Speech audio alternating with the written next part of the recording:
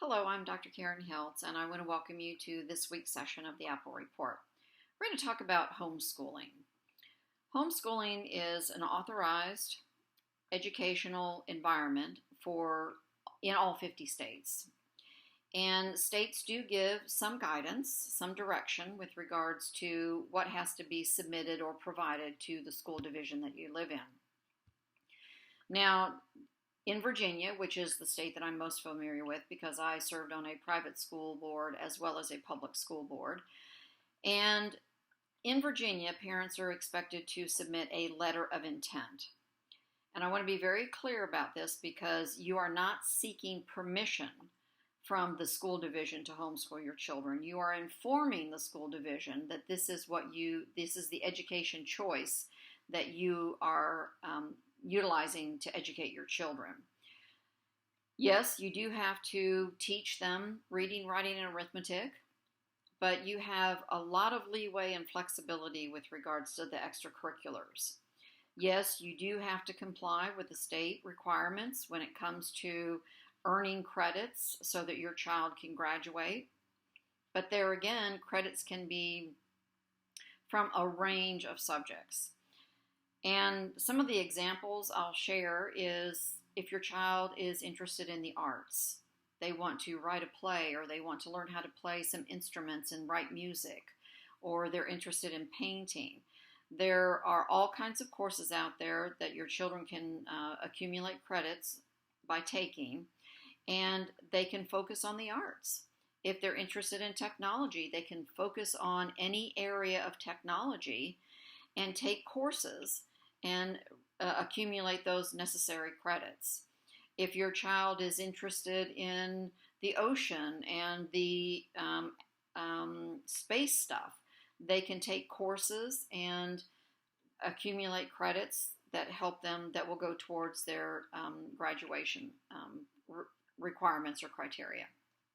So again, a lot of flexibility with regards to homeschooling and what your extracurriculars are for them. There are homeschool groups all over the place. They have organized events and activities.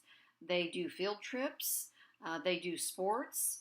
They do a variety of outings. So there again, you don't have to do homeschooling alone. In this period of COVID-19, I'm sure a lot of parents felt like they were alone in doing this, and they got a taste of what homeschooling is like. I've read several articles where there are children who love being homeschooled, but there are children who obviously want to go back to the classroom as well, and that's the beauty of our system, is that we do have these choices. So there again, homeschooling is very flexible. Another flexibility is if you want to take a vacation. You are not tied to the summer or school holidays to take a vacation.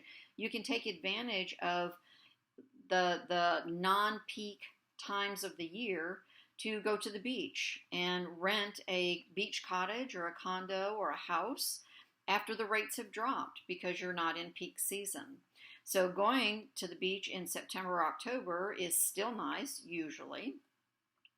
And your children get an opportunity to experience the waves and how tides work. They can learn about that. They can learn about sea life. There's most places along the beach have different kinds of shops and museums and learning opportunities that both not for the children but for the parents can be beneficial. So there again, one of the key words with regards to homeschooling is flexibility. There's an organization I want you to be familiar with, and it's called HSLDA, Homeschool Legal Defense Association, and they have a website, hslda.org. You need to become familiar with their services because, believe it or not, the bureaucracy will try to overstep their bounds at times when it comes to parents who are choosing to homeschool. We had a case in the school division that I served in that was just exactly that. The school division decided that they wanted to have some additional requirements for homeschoolers with regards to documentation and information, and the family said, I don't think so. And so they took the school division to court. It went to the Virginia Supreme Court, and the decision was just passed down last month in June of 2020. And the Virginia Supreme Court said, school division, you cannot mandate anything greater than what the state is mandating.